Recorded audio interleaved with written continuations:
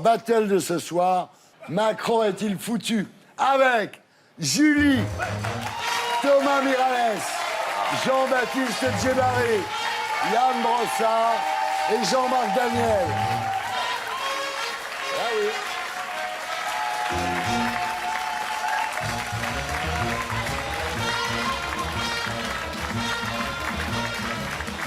Julie, bonsoir. Vous avez 34 ans, vous êtes agent en logistique dans l'Essonne et vous êtes gilet jaune depuis le début du mouvement, en fait. Hein. Oui. Alors, Thomas Miralles, bonsoir. Vous êtes courtier immobilier. C'est ça. Et vous êtes l'un des porte-parole désignés par les gilets jaunes. C'est ça. Porte-parole, c'est un peu flou. Là, il va y avoir des petites élections.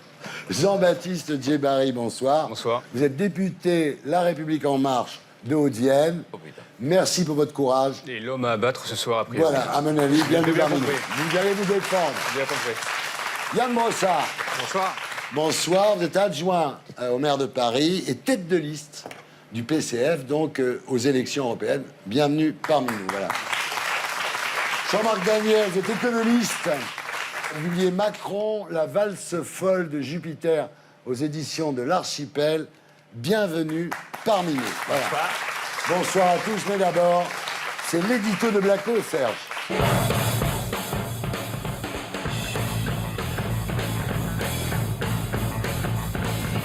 En France, nous sommes au pays de la Révolution. Si tous les 5 ans, le peuple désigne un roi, c'est uniquement pour le plaisir de lui couper la tête.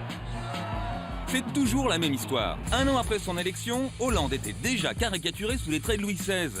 Quant à Carla Bruni, on l'a tellement comparée à Marie-Antoinette qu'elle expliquait sur la BBC que les Français confondent leur président avec un roi. When someone is elected, something happens in France, and they still think he's the king. So what they do after he's been elected is that they try to cut his head off. 10 ans plus tard, Macron subit le même sort que Carla Bruni.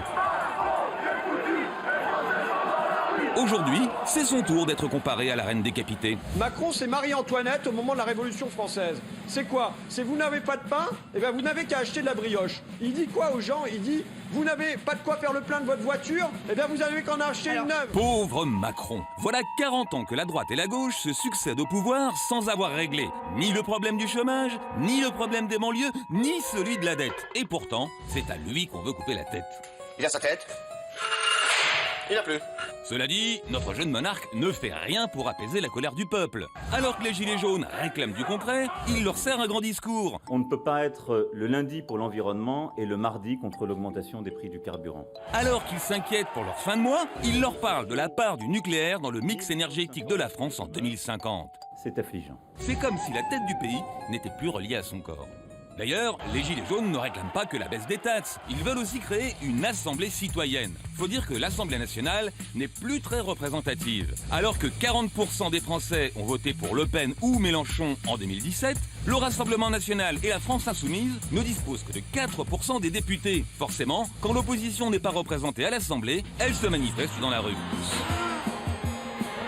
Pour sauver sa tête, Macron doit absolument légitimer son pouvoir par une victoire aux européennes. Ça paraît mal parti, mais qui sait? S'il parvient à rallier Juppé et Cohn-Bendit, il élargira son électorat. Ces deux-là n'incarnent pas vraiment le nouveau monde, mais ça tombe bien, ce sont les retraités qui participent le plus aux élections.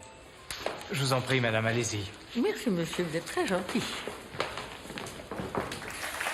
Voilà, c'était l'édito de Blacko, mise en image de Julien Grappe. Alors, Julie, donc vous êtes gilet jaune, on l'a dit depuis le début du mouvement. Est-ce que vous allez continuer? Ah oui, à fond. À fond. À fond, je suis Vous lâcherez motivée. rien? Ah non, je lâcherai. Ah non, non. Sérieux, c'est super important. Là, il faut qu'on se mobilise tous ensemble. Ouais. C'est plus une voix, c'est plus deux, c'est vraiment des milliers de gens et il faut qu'on continue. Ah, profitez-en, 80% des Français soutiennent les gilets jaunes, même s'ils n'en portent pas. C'est très rare, c'est la première fois que ça arrive. Hein. Sûrement, mais là, c'est vraiment populaire, c'est vraiment très important. Ouais. C'est notre avenir qui est en jeu. Alors, Thomas Miralles, vous avez 27 ans, donc C'est ça, tout à fait. vous êtes perpignanais. Perpignanais, ça s'entend un peu, ouais. Ouais, c'est bien, j'adore. Vous êtes courtier, donc immobilier. Oui. Et vous gagnez moins que le SMIC. Oui, ben, en fait, il y a tellement de charges. Puis après, je réinvestis tout dans mon entreprise aussi. Ben, c'est un choix personnel. Ouais. Et voilà, après, je suis papa d'un petit enfant de 2 ans, donc voilà. Vous n'y arrivez pas. C'est pas qu'on n'y arrive pas, c'est en fait il y a la multiplication de charges, notamment le poste carburant sur l'entreprise, c'est quand même du coup ça grossit de plus en plus et on peut pas renouveler tout le parc automobile d'une entreprise. Alors comme ça. donc vous êtes pour la révision à la baisse évidemment des carburants, le rétablissement de l'ISF, vous demandez un référendum pour le rétablissement de l'ISF et pour une assemblée citoyenne parce que comme le disait Blacko, c'est vrai qu'aujourd'hui, l'Assemblée nationale ne représente pas le peuple, en fait. En fait, ce serait plutôt une assemblée en plus, du coup, avec des personnes tirées au sort, un peu comme les jurés d'assises. Mais ça existe, c'est le Conseil économique et social, mais sauf qu'il n'a aucun pouvoir, aucune utilité. Voilà. Ça, ils y ont pensé. Ça ne sert à rien. Ouais, voilà, ce serait peut-être un peu plus donner le pouvoir au peuple, quoi. Alors, Jean-Baptiste Djebari, courageux garçon, hein. C'est dur en ce moment d'être député de la République En Marche. Vous avez 36 ans, donc député de la Haute-Vienne. Vous expliquez que le Conseil pour le climat annoncé par Emmanuel Macron sera une structure opérationnelle qui dit comment faire. Enfin, des structures qui s'occupent d'environnement, vous savez qu'il y en a déjà 8 en France. Qu'est-ce que celle-là aurait de plus que les autres? Non, c'est une question particulière. Je ne vais pas vous dire que c'est la solution à tous nos problèmes. On est bien d'accord. Une entité qui va servir à dire comment réaliser ce que propose le GIEC, la trajectoire du climat, qui va émettre des avis sur la trajectoire, l'acceptabilité sociale, environnementale, économique de ce qu'on propose. Ouais. Et moi, ce que je retiens du discours du président, c'est quand même plutôt l'annonce sur le gel du prix des carburants dès lors qu'il y a une envolée du prix du pétrole, ou effectivement, ce qui peut paraître parfois un peu fumeux comme concept, mais la transition écologique qui derrière... Mais personne n'est contre la transition écologique. En fait, c'est vrai que la TIPP, on connaissait, ça existait avant, il la remet sans vraiment dire son nom, mais bon. Non, mais ce que je veux dire, c'est qu'au fond de notre politique, on parle de trucs importants. On parle du logement, on parle de la facture d'électricité, de chauffage, c'est là-dessus qu'on agit. Bon, en ce moment, c'est un peu inaudible, mais la politique qu'on fait, c'est vraiment ça. On va vous écouter. J'espère bien. Voilà, alors, Yann Brossard, donc vous avez 38 ans, adjoint maire de Paris, on l'a dit, tête de liste PCF aux européennes. Est-ce que vous pensez que le Parti communiste français peut retrouver une nouvelle jeunesse avec les Gilets jaunes? Je ne pose pas la question comme ça. Je pense d'ailleurs que le rôle des partis politiques, c'est pas de récupérer quoi que ce soit. C'est simplement d'écouter ce qui se dit et de proposer des solutions alternatives. Et c'est vrai que moi, je partage la colère de tas de gens qui travaillent et qui n'arrivent plus à vivre de leur travail. Moi, quand il y a eu le début du mouvement des Gilets jaunes, j'ai voulu aller à leur rencontre. Je suis allé à Saint-Amand-les-Eaux sur le parking d'un supermarché avec le député de la circonscription, Fabien Roussel. Ouais. J'ai entendu une femme qui travaille, qui est mère de famille monoparentale, me dire « Je n'arrive plus à joindre les deux bouts, je gagne le SMIC, je ne m'en sors plus ». Et je pense que cette colère-là, notre rôle à nous, c'est au moins d'être capable de l'entendre. D'accord, très bien. Alors, Jean-Marc Daniel, vous avez 64 ans, 1M64. Vous êtes économiste, libéral, disons, un libéral classique. Oui, tout à fait, oui. Alors, pour vous, il faut supprimer les 35 heures. Ah oui, absolument. Oui, je pense que si on veut sortir de cette situation où effectivement des gens ont du mal à boucler leur fin de mois, il faut produire davantage. Et pour produire davantage, il faut travailler davantage. Et la croissance économique, si vous voulez, c'est la combinaison de deux choses, du progrès technique, et ça se décrète pas, c'est pas l'État qui détermine le progrès technique, c'est des innovations, et puis c'est la mobilisation de ces innovations au travers du travail. Et je crois que la population attend davantage de souplesse dans la définition de règles sur le travail, parce que je pense qu'elle n'est pas hostile à cette idée de travailler plus pour gagner plus. C'était ce que Sarkozy proposait. Oui, sauf que Sarkozy, lui, c'était de dire travailler plus pour gagner plus au niveau microéconomique, au niveau de chaque individu. Moi, c'est un raisonnement global. La société va travailler plus globalement pour produire plus. Antisocial, perd ton sang-froid. Alors, on y va. Macron est-il foutu? D'abord, moi, j'ai l'impression qu'il y a un syndrome Giscard d'Estaing. C'est-à-dire que Giscard d'Estaing, moi, j'ai connu le septennat de Giscard d'Estaing. Les gens ne l'aimaient pas. On pouvait faire tout ce qu'il voulait. Il allait jouer de l'accordéon chez les gens. Tout le monde se foutait de sa gueule. Il avait un côté snob. On sentait qu'il n'était pas dans le coup. Il invitait les éboueurs au petit déjeuner. Voilà. Est-ce que vous pensez que Macron est victime du syndrome Giscard? Oui, il y a un problème. Quand à chaque fois qu'il croise soit un salarié, soit un chômeur, et qu'il le prend de haut, évidemment que c'est un problème. Parce que ce qu'on attend quand même d'un président de la République, non seulement c'est de régler les difficultés du pays, mais c'est au moins de respecter ceux qui l'ont élu. Parce que le président de la République, il n'est pas tombé comme ça à l'Élysée. Il a été élu par des gens. Il pourrait au moins les respecter, surtout quand ils sont en difficulté. Oui, mardi, vous attendiez quand même beaucoup plus de compassion de la part du président de la République. Là, il ne vous a pas calculé, en vérité. Il n'a même pas dit le mot « gilet jaune ». Même pas. Fallait pas le prononcer. C'était que le peuple. Non. Et puis il nous a baladé pendant 3 quarts d'heure avec l'écologie. Je suis pas anti-écolo. Je fais attention à mes poubelles. Je fais vraiment attention à tout.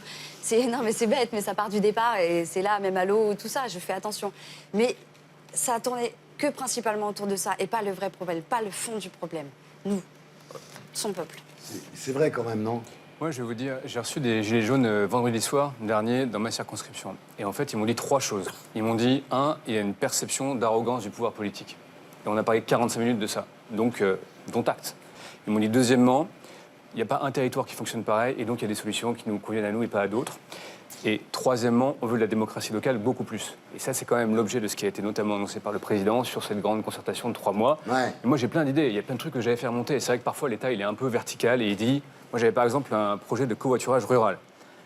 Franchement, il est tout aussi bien maintenant qu'il y a 6 mois. Bah, aujourd'hui, il est un peu plus audible. Et bah, tant mieux. Mais quand il dit on va en parler, on va prendre 3 mois, etc. Les gens, ce qu'ils veulent, c'est du pognon pour faire les cadeaux de Noël. Ça, c'est facile à comprendre. Ouais, mais moi, je veux bien... Et partir aux Canaries. Moi aussi, oui. Moi, je... Les gilets jaunes aux Canaries. Sincèrement, on a discuté... Par rapport à la couleur. Honnêtement, le problème, il est là. J'ai pas de problème conceptuel. On peut parler d'augmenter le SMIC de 300 €. Il faut juste dire la fin de l'histoire. Donc on augmente, admettons qu'on dise banco, on augmente de 300 €. Après, on va commencer à parler aux entreprises qui vont dire, bah, les mecs, nous on est face au marché, donc baissez nos charges. On va dire banco, on baisse vos charges. Et moi, je veux qu'on raconte la fin de l'histoire. C'est combien, du coup, quand on baisse les charges et qu'on augmente de 300 € en termes de baisse d'emploi public, en termes de moyens de politique publique sur les écoles, la santé, la défense. Il faut qu'on se dise toute la vérité. Et ceux qui nous disent... Combien quand on baisse vos salaires à vous? Mais moi, il n'y a pas de problème. Vous C'est savez, combien on peut quand baisser, baisse mais vos on peut salaires baisser mon Tous ceux salaire. qui sont au gouvernement. Moi, j'ai dit, vous savez, le mandat de député, on gagne 5 500 € par mois. C'est beaucoup. Mais c'est pas Mbappé, on n'est pas à 2 millions, c'est pas comme un animateur télé. Non, mais je veux dire, c'est beaucoup. Mais quand on dit, peut-être que c'est trop, peut-être qu'il faut baisser, mais quand on propose de baisser d'1 tiers le nombre de parlementaires, qui rejette, et donc quelque part aussi d'introduire une dose de proportionnelle pour que ce soit plus représentatif de la population française, qui rejette les oppositions? France Insoumise, Front National, ils rejettent tous. Parce qu'on peut vous poser une question, Jean-Baptiste Barry. Ils sont bien à l'aise dans ce Il y a quand même un truc que j'ai du mal à comprendre. Vous avez décidé, en début de mandature, de supprimer l'impôt sur la fortune. C'est un coût de 3,5 milliards d'euros par an. Je vais vous répondre là-dessus. C'est un cadeau de 33 € par jour C'est un cadeau. pour 350 000 personnes qui ont un patrimoine qui représente 1 000 milliards d'euros, c'est-à-dire la moitié du PIB français. C'était une décision que vous avez prise. Vous n'étiez pas obligé de le faire. C'était une décision. C'était un choix. Et c'est un choix. Bien sûr. Et c'est un choix budgétaire. C'est un choix budgétaire que nous payons chaque année. Et donc ça, vous avez décidé de le faire tout de suite. Ça a pris quoi? 3 semaines de prendre cette décision. Mais alors par contre, quand il s'agit de s'interroger sur le pouvoir d'achat des Français modestes, de ceux qui travaillent, de ceux qui sont au SMIC, là, il faut une grande concertation qui va durer 3 mois et dont on ne sait pas trop ce qui va en sortir. Ben, on a quand même l'impression que c'est un peu de poids, de mesure, vous voyez. Le chiffre et une explication. 3,5 milliards de baisse sur l'ISF et par exemple, cette année, 6 milliards de baisse d'impôts pour les ménages. Ça se traduit dans la taxe d'habitation. Je ne dis pas que c'est le Pérou, ça ne résout pas tous, mais ça, c'est la réalité des choses. L'ISF, c'est 33 € de cadeaux par jour. L'ISF. Par jour. Comment faisaient les mecs qui étaient assujettis à l'ISF? En général, ils filaient un avocat fiscaliste qui défiscalise et ça enrichit qui? Les fonds fiscaux, en gros, les acteurs de la finance. C'est pas un truc qui marchait très bien et qui était très vertueux. Moi, je vous le dis franchement. Ça nous a quand même coûté 3,5 milliards, donc c'était quand même du fric qui rentrait dans les caisses. Techniquement, fiscalement, il fallait la supprimer. Politiquement, symboliquement, on prend la paume aujourd'hui. Moi, je vous le dis très concrètement. Bah alors rétablissez-le. Eh bien, non mais si on le rétablit... Bah attendez, vous dites que c'est foiré, pourquoi est-ce que vous le gardez? Je vous dis symboliquement... On continue. Alors, il y a un autre problème, en fait, c'est qu'il a tué les partis politiques. Très content de lui, il n'y a plus de gauche, plus de droite, il n'y avait plus que le macronisme. Il a tué les syndicats, avec la SNCF, avec le Code du travail. Et aujourd'hui, il se retrouve avec des députés qui ne sont pas expérimentés. Que les députés de La République En Marche, c'est des gens qui ne faisaient pas de politique, voilà, qui ont été élus. Et aujourd'hui, on a besoin de gens qui connaissent la politique, on a besoin de gens qui savent ce que c'est. Ouais, mais enfin, moi, je veux bien qu'on dise ça, mais moi, par exemple, je suis né en région parisienne, à Melun, famille modeste sur le plan financier, donc moi, ce que disent les Gilets jaunes, moi, je le comprends. C'est pas théorique pour moi. Et on est plein comme ça. Et je pense que la génération un peu spontanée politique qui est née, on verra ce qu'elle devient. Mais elle a permis quand même de renouveler l'Assemblée nationale, de la baisser en âge, d'être plus paritaire. Elle a bossé dans le privé, elle est éclairée d'expériences autres, elle a bossé à l'étranger. Par ailleurs, il y a des exploitants agricoles. Enfin, elle est beaucoup plus diverse qu'avant. Moi, je viens d'un territoire socialiste, 110 ans de socialisme. Et évidemment, quand on arrive là-dedans, ça choque, il faut recomposer un peu la relation avec les élus locaux. Mais je vois bien qu'au bout de 18 mois, les choses se sédimentent un peu et qu'on arrive à faire des choses. Et je pense qu'on fera le bilan dans 3 ans et demi, mais qu'on aura un bilan qui sera sûrement différent, mais à mon avis pas nul et intéressant pour le territoire et pour le pays. Vous êtes au pouvoir depuis 1 an et demi, donc j'entends bien, vous passez votre temps à expliquer les gouvernements précédents ont pris de mauvaises décisions. Mais c'est pas faux. Et c'est pas faux. Je dis en plus, c'est pas faux. Et d'ailleurs, vous avez été élu sur une promesse de changement. Mais quand on regarde les décisions que vous avez prises depuis 1 an et demi et que vous n'étiez pas obligé de prendre, entre le gel des APL, le gel des retraites, le gel des allocations familiales, l'augmentation du prix des carburants, qui n'est pas que liée à l'augmentation du prix du baril, parce que vous avez fait le choix, en plus de l'augmentation du prix du baril, vous avez fait le choix d'augmenter les taxes. Toutes ces décisions-là, vous les avez prises en responsabilité, mais vous n'étiez pas obligé de prendre ces décisions-là.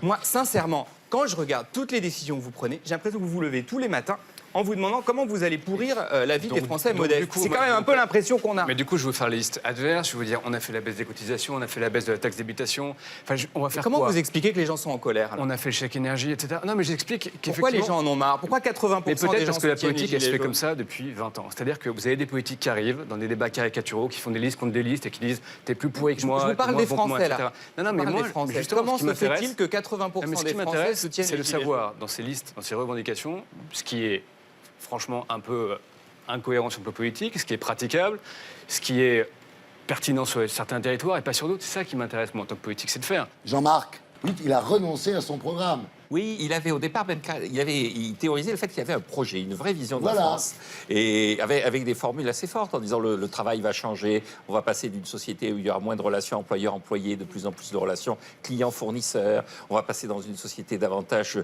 des talents. Le nouveau monde, le nouveau monde. Le nouveau monde, c'est la société des talents et non pas la société des rentes. Et puis, à mon avis, il y a eu deux moments clés dans ce qui s'est passé. L'affaire du général de Villiers, c'est-à-dire, il fait annoncer par son Premier ministre qu'on ne touchera pas au crédit militaire.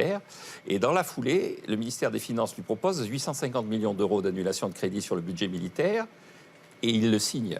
C'est-à-dire qu'il y a une contradiction entre une vision qui était une vision assez enthousiasmante pour certains et une réalité où on a l'impression qu'effectivement, c'est des technocrates. C'est là qu'il s'est engueulé avec Villiers. Voilà, avec Villiers. Et au lieu moi, j'aurais été à sa place, c'est la direction du budget que j'aurais sanctionné en disant, écoutez, je viens de dire qu'on ne touchait pas au crédit militaire. Et la deuxième chose qui me frappe quand même, c'est que pour rebondir pour défendre la République en marche, c'est qu'il y a eu des élections législatives partielles pour remplacer Manuel Valls qui a quitté.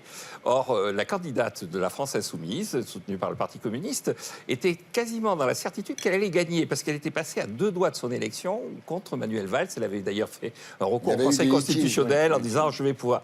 Or, pas du tout. C'est le candidat de la République en marche. C'est-à-dire que je pense qu'il y a une désaffection des Français pour Macron, pour la politique qui est menée, mais il n'y a pas d'adhésion à une substitution qui n'apparaît pas. Yann? Moi, j'ai une proposition à faire parce que c'est pas normal qu'on ait 80 à 100 milliards d'euros d'évasion fiscale, 1000 milliards d'euros à l'échelle de l'Europe, alors que dans le même temps, on fait casquer les familles modestes. Et on a des multinationales, qui se débrouillent pour ne pas payer l'impôt. Et l'impôt qu'elles ne payent pas, c'est les familles modestes qui les payent à leur place. Mais une proposition simple, pourquoi est-ce qu'on ne met pas en place un prélèvement à la source sur les multinationales? Pourquoi est-ce qu'il est possible de mettre en place le prélèvement à source pour les familles et pas pour les multinationales? Il faut construire une forme d'impôt qui serait d'impôt foncier. C'est-à-dire, si vous êtes présent sur le territoire, vous payez. Jean-Baptiste, excuse-moi, mais c'est ça qu'on attendait. Tous les gens qui croyaient en Macron croyaient qu'il allait s'attaquer à tous ces trucs-là, toutes ces taxes, tous ces machins. C'est la taille et la gabelle, on est en 1789. Moi, je croyais qu'il avait compris. Bah non, c'est Louis XVI. Non, mais en 10 ans, on a supprimé 600 taxes, on en a créé 1300, on en a modifié 8000. Donc en fait, à force de ne pas faire les vraies réformes, on fait ça. On fait une espèce de monopoly fiscal. Là, il faut fiscal. les faire, là. Il faut que quelqu'un les fasse. Mais quand on dit ça, et quand on dit qu'on va faire la réforme des retraites, parce que équité sociale et pour assainir le système sur le temps long, quand on dit qu'on va faire des lois bioéthiques, quand on a fait la SNCF, quand on dit qu'on va faire la fonction publique, ce que tout le monde, là, peut se convaincre que c'est utile, et qu'on rentre après un petit peu dans la mécanique fine de savoir combien ça va supprimer d'emplois publics, plus personne n'est d'accord.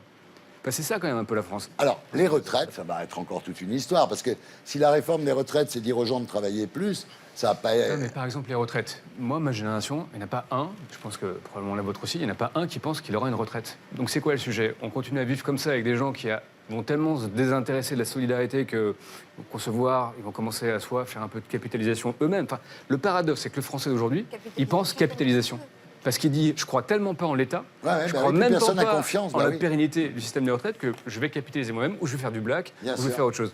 On ne peut pas capitaliser. Comment vous voulez qu'on mette de côté? Non, mais justement, on va faire l'inverse. Mais On peut pas, ça c'est clair et net, on peut pas mettre de côté, on doit tout payer pour vous d'abord, et après C'est pas peut-être ce que pour je nous. disais. Je disais justement qu'il ne faut pas capitaliser, qu'il faut rester dans ce système Et vous faites comment? solidaire. Les gens, ils en ont mais marre qu'il aussi faut de changer travailler le système. jusqu'à 60 et quelques années. Ils s'en peuvent plus, ils sont au bout du bout, quoi. Il y a un moment donné, stop, faut trouver des solutions, vous êtes payé pour, et le but c'est de faire payer plus, travailler plus. Mais c'est pas le but. Hein. Moi, ma mère, elle a 65 ans, elle travaille encore, elle gagne 700 balles par mois, donc c'est pas théorique pour moi. Votre Ma mère, mère. elle travaille, elle gagne 500 balles par mois. Attends. Et vous n'êtes pas gilet jaune. Mais...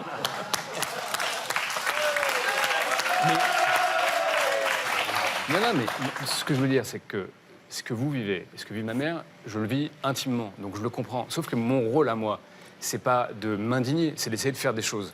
Et c'est un peu différent. Alors maintenant, pour finir, est-ce que vous seriez favorable, Yann Brossard, à une dissolution de l'Assemblée nationale?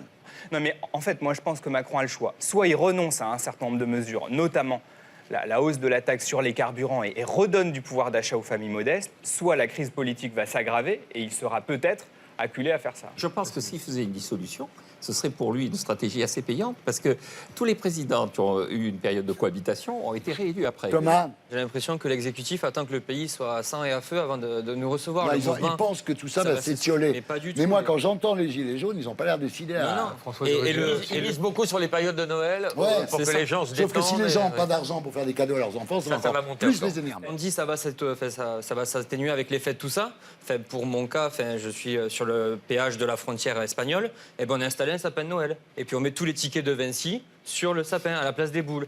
Yann, pour finir. Je dirais simplement que je voudrais pas donner l'impression qu'il faille donner un blanc-seing aux Gilets jaunes. Moi, il y a beaucoup de choses que j'aime chez les Gilets jaunes. Ils ont une légitimité dans cette colère. Et il y a beaucoup de choses que je n'aime pas chez les Gilets jaunes. Notamment cette manie de se réclamer perpétuellement du peuple, comme s'il y avait une pureté chimique du peuple.